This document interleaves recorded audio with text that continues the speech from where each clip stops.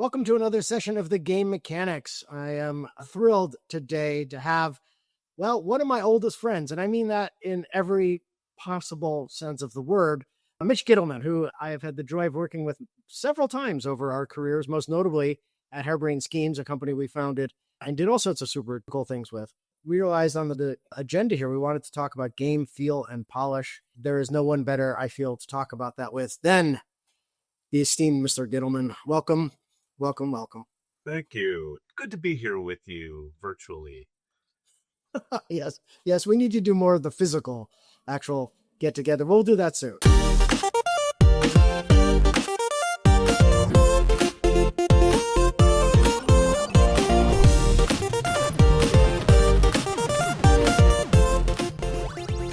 Thank you for joining us. So, what we're doing in the session is trying to help people who are doing their first video games using either Adventure Forge or other tools to make their game and giving them some guidance on the kind of things they should be thinking about as they make their game. And this one, admittedly, game, feel, and polish can feel like it's an end thing, but it isn't really, right? I mean, this is something you want to think about pretty early in your game vision process.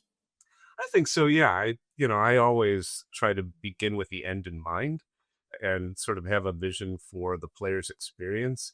A lot of it is emotional. So one of the things that we've done in the past is we've actually written documents that are sort of an emotional walkthrough of a level or something like that. Say, I want the player to feel this here, and then there's rising tension in here, and this is a bam sort of climactic moment, etc.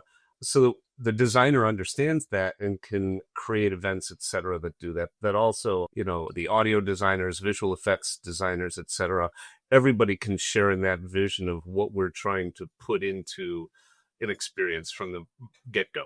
It's crafting arcs. I mean, there's the arc of an individual level or individual mission, as you were just discussing. There's the arc of the overall game, the kind of a journey, emotional journey that you want the player, especially for narrative game, which is primarily what we're focusing on here. The journey you want the player to go on over that overall course of the entire game. And feel is emotion, but emotion comes from lots of different things. How do we build that emotion?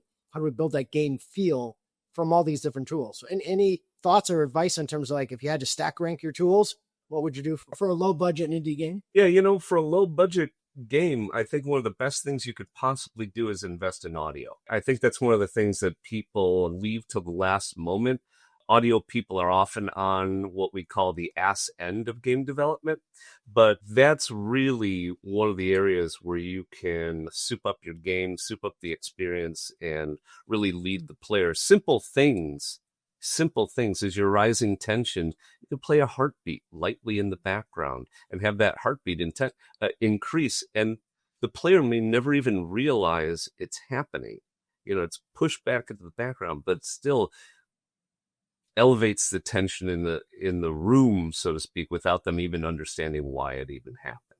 That's part of the fun of it too. Yeah, I think that kind of subtle thing is really important, and it's really good note that by saying audio, we don't just mean, you could afford to have an original composition made for your game.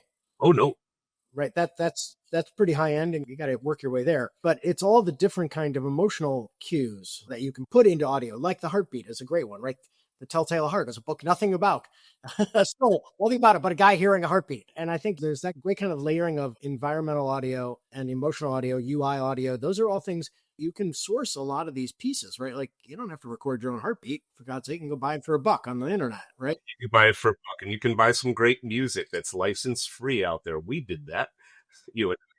But, if you want an example of polish that everybody watching this can look at for themselves and see what real polish looks like from an audio, from a visual perspective, play Baldur's Gate 3 and specifically just zoom in on the moment where you roll dice. That one moment is key to the game. It's a big deal because you roll dice throughout the entire game, right? From beginning to end.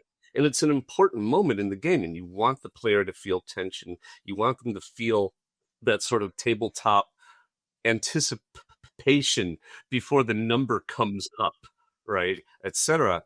What they do is just brilliant, from bringing it up, showing you exactly what the number you're trying to hit is, and the number that you that you get, but also the sound of the dice rolling, which is a really satisfying sound. The sound when the number comes up and then you achieve your result or you don't, or you get a critical hit or something like that. All those numbers, that experience is really important, and they nail it. So that's a great example of polish time and where to put time, right? Because they know you're going to be rolling dice throughout this entire thing. And so what they do is they really put a lot of effort into that one thing. You can't put effort in everything. Everything can't be gold medal, right? It can't be. So you're going to need to figure out what are your gold medal experiences and really optimize for those. Yeah, I love that example. I think, and the Baldur's Gate die roll is great microcosm, right? To really think about, because when you think about polish, it's the small things, right? It's the small things that have incredible outweighed importance, right? And identifying those in your game, what are those pivotal moments, and polishing those, you can get away with a lot less polish in a lot other places if you've got those kinds of moments right. So in an RPG that's dice centric, the drama of the die, great one to focus on, right? And if you nail that does so much more for you, right? Because polish is not applied evenly. Yeah, look at Act 3 of Baldur's Gate and you'll see. Act 1, of course, went through early access, got a ton of feedback, ton of iteration. It's tight as a drum. Act 3, less so. Which is not uncommon overall. And thinking about the die roll there, that moment, the combination of information that you've provided ahead of time. So I understand what the chances I'm taking, because that's an important one from a player's decision, right? I want to feel informed that I made an informed decision. But it also sets context for the drama. Am I expecting this to be easy? Am I expecting this to be hard? Am I like holding my breath or getting a sandwich? Because it could be, I've got a 90% chance. I'm not really that worried about it. And then you get the eyes go, what do you mean I didn't make it, right? Building that, the information, the visual, and the audio, often sometimes the tactile, even just how you interact with it. Was it a key press? Was it a mouse press, right? Was it a drag and drop, right? The tactile part of that can be also part of building that polish of those microcosm of experiences. Well, absolutely right. And when you add console into that, you get haptic feedback too from the controller, right? And in the Xbox controller, in the old days, when they finally created Rumble, there was this one Rumble engine in there. But in the new Xbox controllers, I believe there are 3, for example. So you can get some really interesting feeling coming through your fingers that way. And I've worked with people who really understand how to manipulate the feel of shooting and being shot and things like that with haptic feedback. It's quite a tool if you have it. Or when you get a hit, their blood splashes on the screen. Or in Crimson Skies, when we put rain in High Road to Revenge in the Xbox game, and you would get rain on your cockpit as you're flying, even though you're not actually seeing your cockpit because it was a third-person view, still did it. People didn't even realize, oh, wait a minute, why am I seeing rain? I'm doing third person. I'm like, I don't know. It didn't matter. Crimson Skies Rain is another great example of a polish and feel moment, right? In the PC version of that game, and a lot of this transferred over to the Xbox as well, your goal was to make you feel like you're going really fast, right? Yep. But you're not. You're actually going really slow, right? And the reason you're going very slow is because that's where maneuverability happens. If you go really fast, you can't get the kind of tight turns and maneuverability you want to have a cool dogfight or fly through really dense environments. So you're going slow, but you want to feel fast. And one of the ways to do that was to take things like rain and other particles and shoot them at the player so that the perceived speed is much higher than the actual speed. Of course, the perceived speed is also highly affected by terrain. If you're zooming past terrain, when you're up in the sky going through the clouds, you get nothing, which is another reason why the missions often brought you down low so that you get those speed cues as you zoom past stuff. Yeah. Just like the trench run in Star Wars, or even if you go back to the very, like one of the first aerial movies, right? Howard Hughes, and they had to sit waiting for days because they wouldn't shoot unless there were clouds. Because without clouds, there was no sense of motion. Yeah. Right. And so, yeah, I agree with that. And another touch on Crimson Skies there. When we weren't near the sky, we created aerial things to fly by that gave us the same kind of context, the giant zeppelins, right? If you make your target the giant zeppelins, you're always having to fly along the skins of those and weaving across all the obstacles that they have. You've basically created an airborne trench run. Yeah, exactly. We've seen the same movies. We've made the same games. So, but yeah, so I think that those the kind of things of getting the feel, right? Because the feed and being able to enumerate what those are. What are the emotional notes, as you said? What are the kind of cognitive notes you want to also get across, right? For instance, I want you to feel that this character is very smart, right? How do we go about? Well, music can be part of that, right? Their dress can be part of that. Lighting can be part of that. How we light them in the scene, right? How other characters react to them can also give you the sense of that this guy's really smart, this guy's really in control, so on. So it's like figuring out what is the feel you're trying to get, and then think about the techniques to. Absolutely. Then on the other side, there's just the controls themselves and how smooth those are, how intuitive those are, how responsive those are. And that's a really big deal. And you've got to track that stuff. And, part of the ways that I've been successful with that in the past is besides, one of the things that I've done for years and years, I think we did this together, is I would play the game with a crowd of designers and UX people around me. And this is a standard thing you do in user research. Everything I think, I say out loud, right? They're like, why am I not being able to blah, blah, blah? Why can't I do this? I don't know, jumping. I should be able to jump on that. And just speak out loud. And in my case, a lot of times whine and complain to the designers, etc. And it's up to them. The interesting thing is, all I'm saying is how I feel, not necessarily cause and effect or anything like that, or what I think the solution is. It's up to them to figure that out. And so I feel a certain way. If they want me to feel a different way, they have to figure out what triggered the negative response and turn it into a positive response. And so doing a lot of user research, a lot of play tests, watching other people play is critically important to polish. Because what you do there is you don't watch the screen necessarily, you watch the player, right? When their face is frustrated, when they start leaning in, because it's the leaning in that we're going for, right? When they get this, it's like, oh, we got them, yes. So watching how many times they pound the button to get what they want, etc. And how close they were to putting their fist through the screen. Because, I've seen that, like playtesting at Microsoft was the first time that we got to do, because it was kind of an expensive lab. First time we had the tools of watching people from behind a hidden perspective or through cameras play your game. And you'd see that literally, I remember, one guy was really ready to put his fist through the screen. And then in the after conversation, he was like, oh, I loved it. Oh yeah. And did it have any problems? No, smooth as silk, really. No problem at all. Because people don't want to sound stupid. And if they think, oh, you made this game, then most people can probably figure it out. If I can't figure it out, then it's my problem. That's why what people say is less important than what they do and how they behave. Exactly. And that's why watching them play is so critical, and just watch them play, right? And you'll learn a ton, and encouraging them to keep vocalizing, like you said. That's hard. Now, for newer game developers out there, because that's who this is really for newer game developers, right? Warning. Watching somebody play your game is like getting kicked in the crotch over and over again.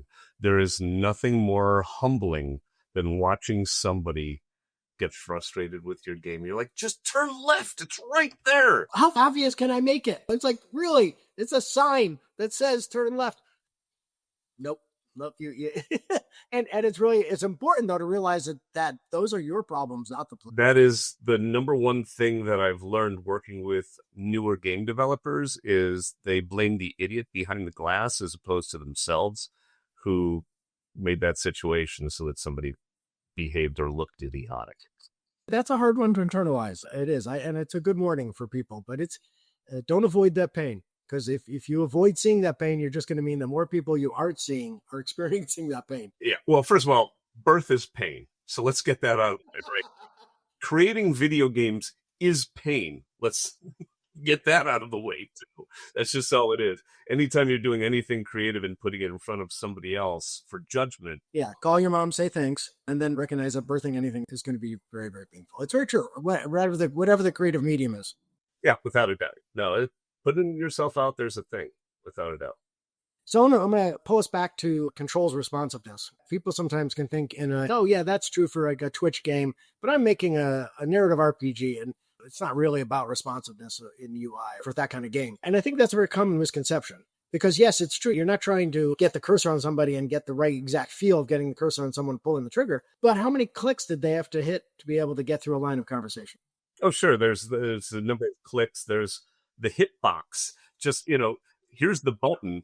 How easy is it to click that button? Is the hitbox big enough, or do I have to get exactly in the right? I've played games like that. It's like, oh, or they're so big, I'm clicking another button. This is happening to me right now at the game I'm playing. I won't say who it is, whose game it is, but a friend of ours. But there's one sort of hitbox right next to another one, and I'm constantly hitting the wrong thing, which affects the feel, affects how you feel about the game, right? Affects you added all this friction, right? This frustration friction, and it drags you away from focusing on the good parts of the game. One thing we were doing, we were making a mobile game once, and the UI for the mobile game always behaved different than I thought it should, right? It's like I'm pushing the buttons, it was like, and I just felt like this jarring sensation every time I pushed a button in a game you and I made together. Crimson Steam Pirates. It was a mobile game that you and I made. And things were just kind of misbehaving, pissing me off. And so one of our engineers and I, AJ, sat down and just spent the entire day refining the UI and making it more responsive. And one of the things I realized was he was triggering the event when I touched a button, rather than when I lifted my finger off of that button. Yep. Little things like that, can be super frustrating for people, or jarring, etc. That's very true. And there are different circumstances where you would want it to fire when you touch versus release, and many others where you want it to do on release, or you want to do it on continued hold. Right. Or when I push the button, or when I touch the button actually expands, right? The art gets bigger. So it expands around my finger so that I can see that it's been pressed. Little things, little pieces of feedback like that, very important. Exactly. That kind of fits totally in the polish concepts, but they're so important to the play. And then going back to your first point, the audio, right? So you see the visual of the button grow. You hear the button down press and the button release press, two audios that are designed to work really well with each other, right? Those are all part of that kind of context. And then also just like, even more basic than that, make the button in a place that's obvious to see, right? Because sometimes the dialogue's up here, but the progression button is way down in the lower right, So I'm reading this with dialogue and it's like, okay, the button's way down here. Yeah, it's about removing friction. That's what we're talking about. That's an example of friction. I have to hunt for that button all the way down here. A conscious method of directing the user's eye, directing the player's eye. Where do I want them focused on the screen, and make sure that that's where the controls they need for this part of the experience are. Now, in audio also, here's an example of polish from a game that a lot of people have played. Have you heard of Halo? Oh, wait, yes. Yeah, kinda, yeah. Not this kind, no, it's different. Yeah. Oh, no, then, no. Yeah. Then that one. Boy, Horns and Halos, I think we did that one once. So in Halo, little pieces of polish can really help you. They had for their enemies some really stellar AI that was very adaptive to the situation, the room they're in, whatever it was. But players weren't getting some of it. They didn't understand how smart the AI was. So, like, for example, there were these grunts and then these more leaderly type characters. I don't remember everybody in Halo. But if you would shoot an enemy, the leader, down, the other guys would run away. But people didn't get the cause and effect for that until they added a little voiceover that says, leader down, run! Absolutely. And smart AI is one of those things that people always like, oh, games get better and better as AI gets smarter and smarter. Not really. Because if you don't understand the cause and effect relationship, then it just seems like random stuff's happening on the screen. And so it's a matter of, if I can't communicate effectively to the player what's going on from the AI's perspective, then it's just random stuff. Yeah, now is that power? I kind of think so. I'm playing a game now that's a turn-based action or turn-based tactical combat game. And between each round, they're very clear. They shoot up words that say, this happened and this happened. And the sequencing, the timing between those words is another bit of polish. How long it takes, how long it's going to stay up there. What's the sound effect as the word hits the screen, and the sound effect is either positive or negative, etc. And being able to sequence out that stuff so I understand the cause and effect of what happened from last turn to next turn is super important. And then I think when people think about visual polish, they often just think about textures and frames per second, which are obviously important, but visual polish goes all the way down to the timing of that kind of thing. Well, that timing can also be affected by performance too. If your game is dog slow, you think you're going to click a button, and then the button doesn't actually get clicked for several nanoseconds or whatever they measure it on, and it feels sluggish and it feels bad, right? So game performance is just a part of polish. You don't think of it that way, but it really results in that. That's very true. Everything's all interconnected. This episode of The Game Mechanics was brought to you by Adventure Forge, an all-in-one toolkit for crafting story-rich games for the PC and Mac. Create branching narratives, asymmetric RPGs, puzzle games, and much more. No coding required, no syntax, just smart logic written in plain English. You don't need permission, you don't need credentials, you just need a story, a spark, a reason. Build the game only you can make.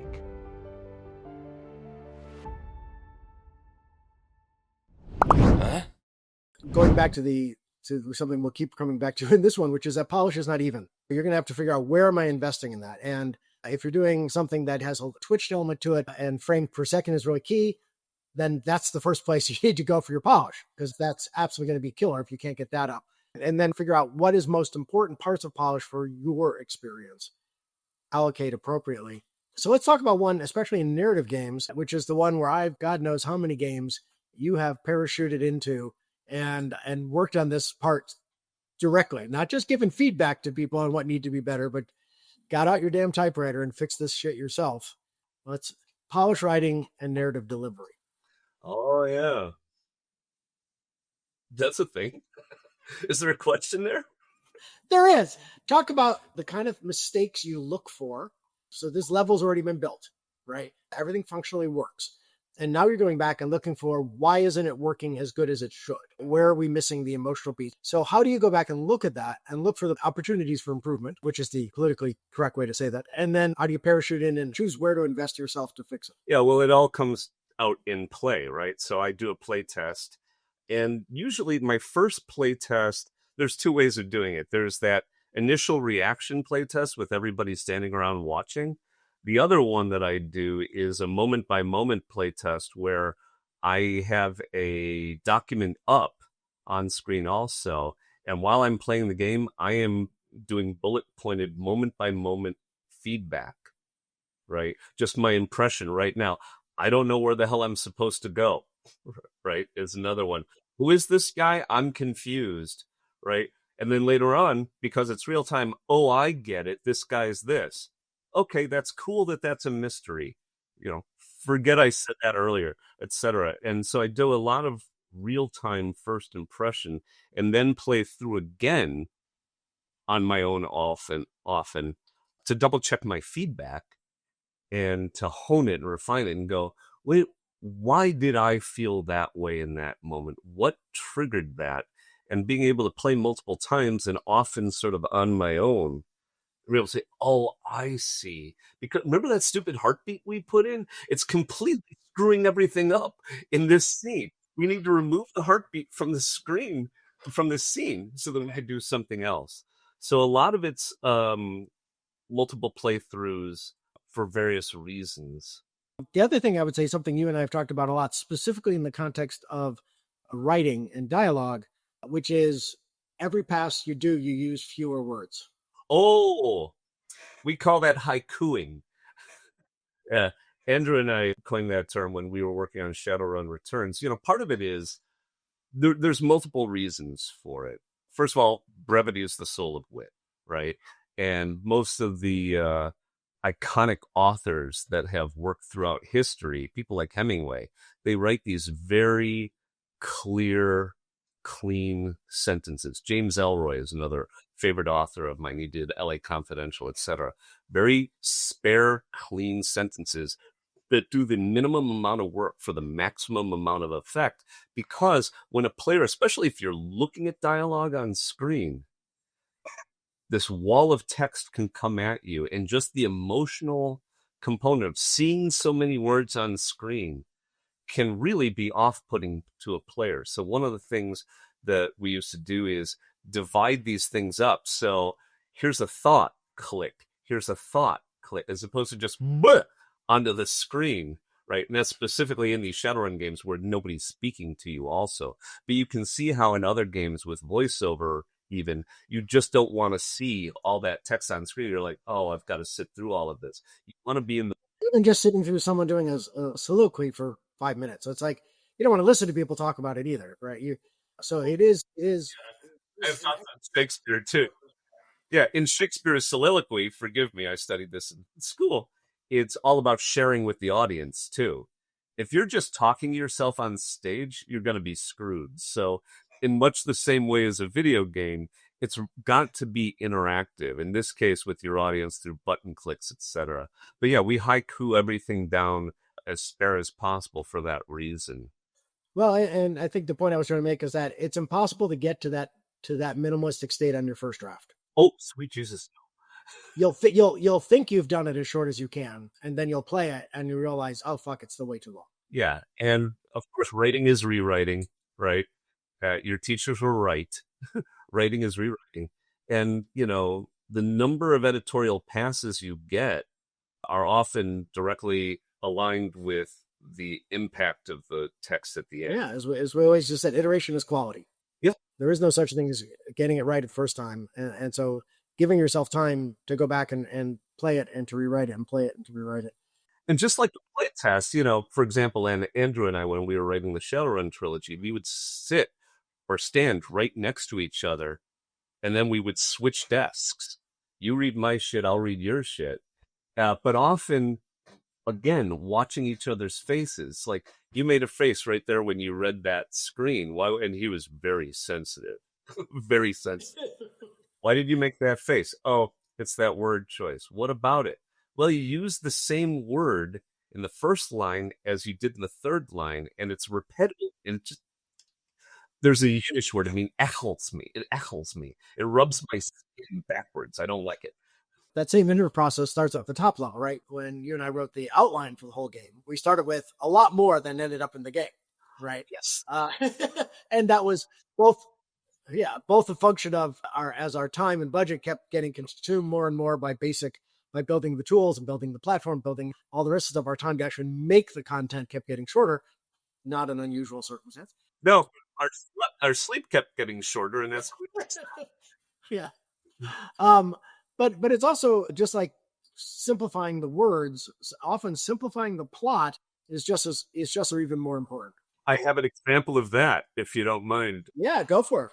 We were working on BattleTech, and Andrew wrote all the BattleTech dialogue. All I did was the what the Met Warriors say in their cockpits. So Andrew had the emotes.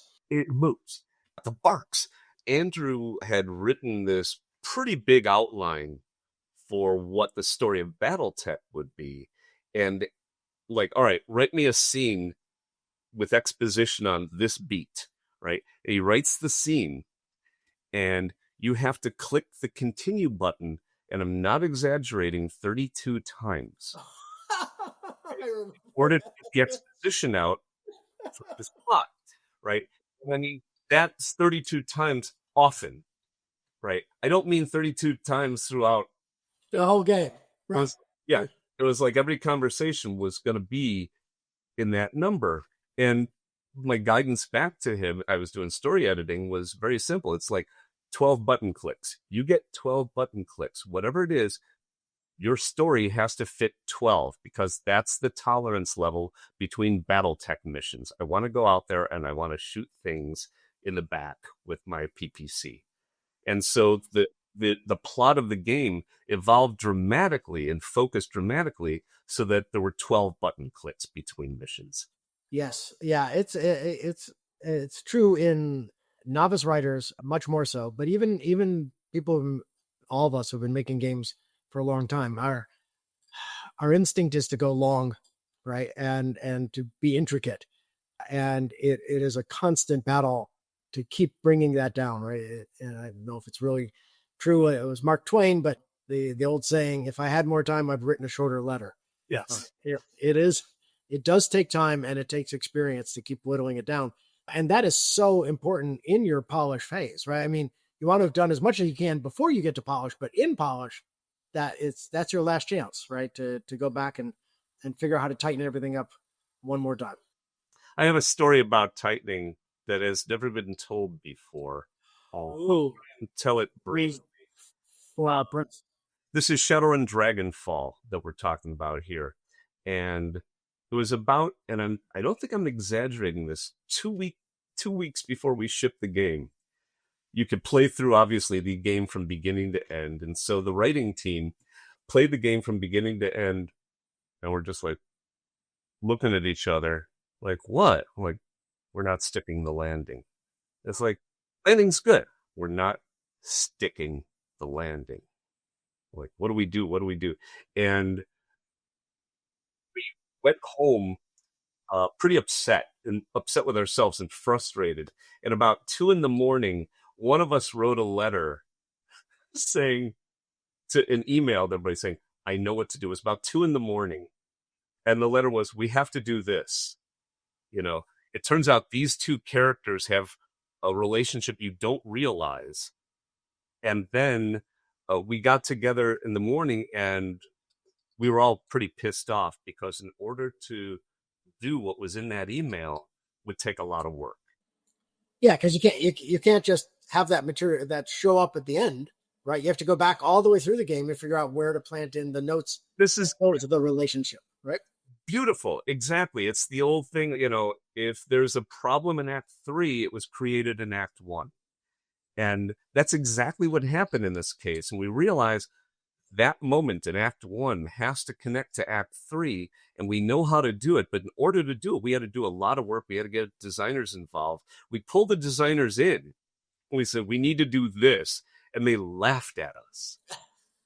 This was Trevor and Kevin. And yes, they're just laughing at us. So like, we get it.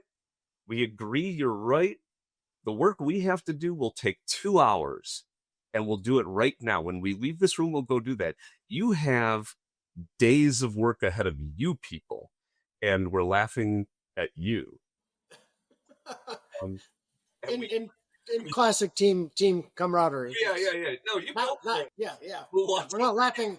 We're not laughing with you. We're laughing. Literally laughing at you, yes, while you're typing these words. And so we went back and we did it. And we did all that work.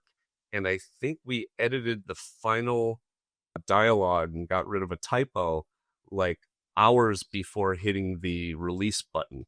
Yep. But then we got it. And and it landed so beautifully. yeah, you know, it's one of those, it did land beautifully, but it goes back to something that Jordan Peele said, right? I think it was Jordan Peele who said, you know, forgive me. It was a fantasy writer we don't talk about anymore. But one of the things he said was that, you know, your second, third draft makes you look smart. Basically, it makes you look like you had this thing planned all along. And that's what we did with that final iteration. We made it seem like the tightest story in the world, which it was, because we tightened it like hours before we shipped. Yeah. And only through iteration that you get that. Yeah, and the better your tools are, the more feasible that kind of changes are, right? If you were imagining making that in a Twine or something, where everything is one giant tree, the ability to go and reflow and add those things upstream becomes even more difficult, vastly more difficult. So yeah, having the right tool to do that helps you a great deal. And you have to take those polish plans within the context of the tools you've got, the time and budget you've got. Hey, I want to flip back a little bit to talk through the various playthroughs that you were talking about and how you look for different things in those different playthroughs. And I want to merge that with the external playtests, the non-you playtests, right? Because there's a real temptation to try to do all of that testing yourself before you get any external feedback, right? And it can kind of create this, and something, again, you and I have been I think every creator has been subject to, is like, well, I'm not ready. It's not ready yet. It's not ready to share yet. All they're going to do is give me feedback that I already know the answers to. Right. So I need to fix this. I need to fix, and you can get yourself to a state where you're never ready to share it. So how do you balance and how do you interweave the external testing and your own internal review and testing? I think it's a good point. I think a lot of people, very likely it's human nature, put off external playtesting because, well, first of all, it's a kick in the crotch and you want the kick to be accurate. In a way, you want it to land uprights, if you will. And so you want to take your best shot before they give you the feedback. That's the idea. But in my experience, what I found is going earlier than I wish uncovers things that I didn't even realize, and much faster. And really, speed is one of the key things. I mean, one of the things we used to say at Harebrained Schemes is we have two speeds, fast and faster, right? And the faster your iteration loop, the better your game's going to be. The faster you can get in front of people, the faster you can start fixing things. And it is absolutely human nature to leave it until the last minute. But I find that is erroneous. Yeah. It's also really expensive, right? And you're the one paying the price, because you could have just spent the last month honing something to make it really polished, only to do a tight test to realize it shouldn't be in the game at all. Yes, exactly right. Or the other way is it's good enough, right? Perfection's the enemy of good enough. And so if somebody's smile nods while they're playing and you're like, yeah, I got to fix that. It's like, do you really? Well, and it's back to that unevenness, right? And polish isn't even, and no game is even, right? And perfection is the enemy of ship, right? It's like nothing is ever perfect, right? And to try to strive for everything in a game or any creative endeavor being perfect before you ship means you'll never ship. Well, Grand Theft Auto 6 is putting, what is it, 12 years since the last one? At least 8. Like, well, yeah, if you want to spend $1 billion on your game, go ahead. You can do that. Yeah. Well, even then, I mean, the scale is completely audacious, but it still won't be perfect, right? It's just impossible. No, that's why they call them games as a service now. You're gonna keep servicing this damn thing. Yeah. Or the inverse to that, right? Or I guess it's not really inverse, but it's part of the same mythology. The red pixel, right? The idea that we stole from Japanese art is that Japanese artists would intentionally introduce a flaw into their art so as to not offend the gods. But it also excuses and recognizes that you're human and that there are other flaws that you didn't intend to make, right? And so it's also a great way of dealing with publishers who just feedback and they say, yeah, it's great, just remove that red dot, and that's their feedback. And no, you don't have to deal with the other stuff. You just give them something they can opine on. Exactly. You give it's about directing the eye of the player, and in this case, to directing the eye of the publisher, which is pay attention to this one really obvious bug we left for you to find. And now our frame rate, which isn't good enough. But anyway, a digression. Look at our whole lives are a digression, so it's like just fine. All right. Well, so this has been fantastic, Mitch. Thank you. As we wrap up, are there some things we haven't touched on in terms of the broad subjects of polish and feel that you think are worth us touching on here at the end? Yeah, there's one thing I think we can close out on, and I talked about this all the time, especially on our last game, the Lamplighters League in the Tower at the End of the World at Harebrained Schemes, and that is alchemy. Okay, so here's the thing. The trick to this, and it's sort of the way to close this out, is to talk about alchemy, right? Because art and design and audio, et cetera, writing and voices, all of this contributes to this sort of alchemical sort of reaction in the player, right? And them being transported and immersed, et cetera. We talk about that all the time, immersion. The trick is, as you're playtesting, Look for the moments where the magic is broken. Look for the moments that pull you out of the experience. That's your number one thing to fix. Yeah, there are the die rolls and stuff that we talk about, and that's sort of this peanut butter across the entire game. But any moment that pulls the player out of the game or breaks the magic, that's the place to go, why did that happen? And make it go away. Don't let them know that they're sitting in their basement. Yeah, I think that's well said. Breaking that immersion, pulling them out of the fantasy of the game they're playing, right? What did that, and focusing on that, I think is great. And something we've talked about in many other sessions of the game mechanics is to recognize that it's an illusion. You're creating an illusion for the player that they willingly release themselves into, right? And when that illusion shatters, that's when you've done the job wrong, right? Those are where you have to go back and find where you haven't been able to maintain the illusion and fix that part. Yeah, exactly. And just stay in that headspace. This is for non-narrative games. You can go to building games, etc., but you get into the zone, into the flow. Anything that breaks your flow, whether it's narrative or not, that's the thing to focus on. Yeah, very well said. Well, Mitch, thank you. This has been fantastic, and I think super useful for people, and plus it's always just gave us an excuse to talk, which is really one of the joys of my life. Yeah. No, mine too. Absolutely. Talking about games with you is a blast. Making games with you has been a blast. And, remember, well, we're recording this, but I don't care. Remember the old Peter O'Toole movie, My Favorite Year? Yes, of course. Fantastic movie. My favorite year was 2013. And that's the thing. It's like, how do we get this drunk Peter O'Toole to appear on a live show? It's how do we get this drunken game like out within 1 year of finishing a Kickstarter? Yeah, no, I would extend that either. I mean, to me, we started on a bet, meaning that I was at dinner and made a bet with the then CEO of Bungie that we could make the equivalent of a AAA mobile game in 12 weeks. And you stupidly joined that crusade. and that was an incredibly intense and just joyous experience. Walking the tightrope is fun. And then we just didn't want the party to end, right? So, and from there to our second game, which was really fun, Strike Fleet Omega, and then dove right into, you said, hey, there's this thing called Kickstarter, and old fat game designers are raising money on it. You should too. So, that's right. You looked at your inventory and went, hey, wait, I've got an old fat game designer. Yeah, and then all the way through Shadowrun Returns, it was really, I agree with you, one of the absolutely specialist times of my life. Yeah, Joyride.